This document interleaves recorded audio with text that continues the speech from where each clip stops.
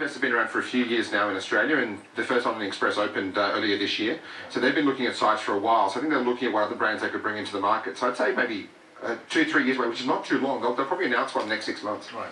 You are fresh off the plane from Dubai. You get the best job, not least of all the Park Hyatt. Tell me it's out of this world. Does it beat Tokyo? No, very tricky. Tokyo is obviously, we use the word iconic all the time, but I'm afraid, but that's one of those hotels it is. But Park Hyatt is a very consistent global brand. I think if you look at Park Hyatt Sydney, you look at Park Hyatt Tokyo, Park Hyatt Dubai has been around for about 10-something years. A beautiful hotel. It's only 10 minutes away from the airport. And I'm going to say, after you hop off the 14.5-hour flight from Sydney, I went up on Qantas, and really good flight times. You take off about 4:30 in the afternoon, get there just after midnight.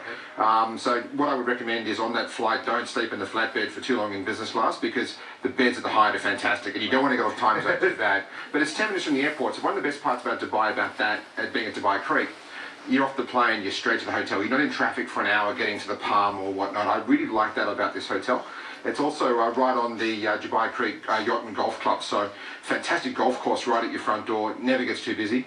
Not too hot when you drive around in buggies. But one of the good things, they've got a great day spa there as well, the Amara Spa, and an amazing pool which is surrounded by palm trees. It's like an oasis in the middle of the hotel. And what was the kind of, when you were there, did it feel as if it was full occupancy? Was it a ghost town? Just paint the picture as to how that, is that a pulsating facility, or is it still yet to really get people's consciousness? You feel like you're in a resort part of Dubai, because obviously everything else in Dubai feels like you go down Sheikh Zayed Road, it's all skyscrapers everywhere else, and this is actually nice. Honestly, the one thing I always do in Dubai, I stay in a resort. Because you want to be close to this, you want to be sort of close to the city, but you want that resort experience, so you're not amongst the hustle and bustle the whole time. Dining. You swim before you dine. Let's just make that clear. There was the pool. Yeah. But yes, tell me about the dining. Alright, so Traiteur, which is a brasserie, best brunch in Dubai. And Friday brunches have become synonymous in Dubai. They've also notorious in Dubai. But this one is actually really good. It's a theatre-style kitchen, so when you're going around this brunch, it's not just buffet. There are chefs cooking every single dish for you, freshly prepared. And you can do a full champagne, free flow champagne package that goes all day. It's about 280 Aussie. It's really good, but it's all like fresh oysters and charcuterie and meats and whatnot. And it is quite a really good experience. I've been to a lot of brunches around the world. This one, you're not having anything remotely buffet there, which I think is really good. Let's talk about the phenomenon now of getting to North America from Australia, but going a sideways way via NZ. But this is actually proving an optimal option as far as time zones. About 4 or 5 times this year I've actually flown on Air New Zealand to Auckland and on to Los Angeles, and I really like doing it. I've got to be honest. The flights leave Auckland at night time, get into LA. The first one gets in at about 11:30 in the morning. Right. The second one gets in at 2:30 in the afternoon.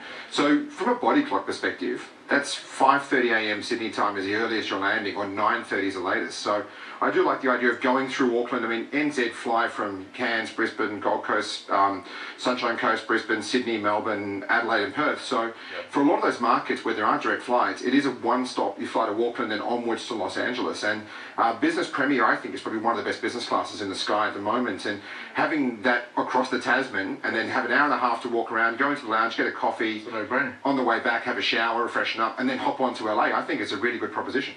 And in terms of the cabin, the facilities, have they kind of, this is a set proposition now, this is pretty much the very latest you'll get from the airline? What you'll see here now, this is the Business Premier cabin, and it's in a herringbone configuration, which some people like, some people don't like. I personally like it. And one of the best parts about this cabin, obviously it's all direct aisle access, which some airlines don't have. It's also what comes once you want to go to sleep. Now, one of the best parts about this airline, they've got a 10-centimetre thick mattress topper, which you put down. They give you 2 hotel-sized pillows.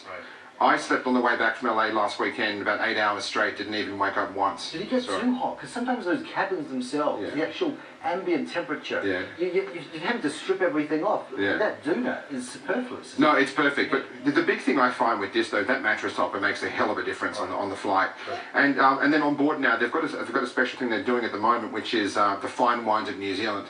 What they've done, they've literally picked and chose the best 30 wineries in New Zealand and got the best wines from those wineries. And what they're doing is seeding them on the flights now and everything. So you're seeing like Trinity Hill Homage on there, Taymata Coleraine, Craigie Range Sophia. Really, really good. And there's big entertainment screens, 12.1 inches on board. And it's just and then it's the Kiwi hospitality, mate. It's one of those things, when you're sleeping, they're not bugging you to wake you up.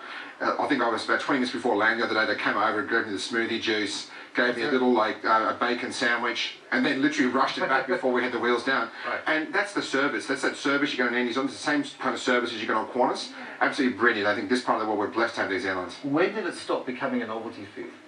The whole experience, whereby you could just forego all of that, the after dinner mints, the cheese, the whole, the fruit, everything. Just forget it. I'm going to sleep.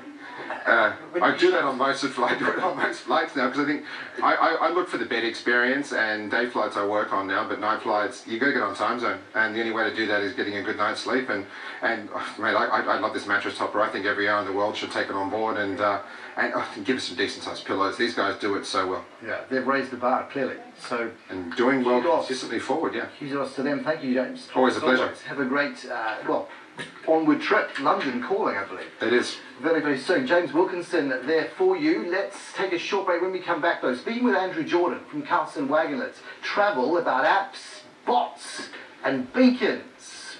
Intriguing. Find out more next.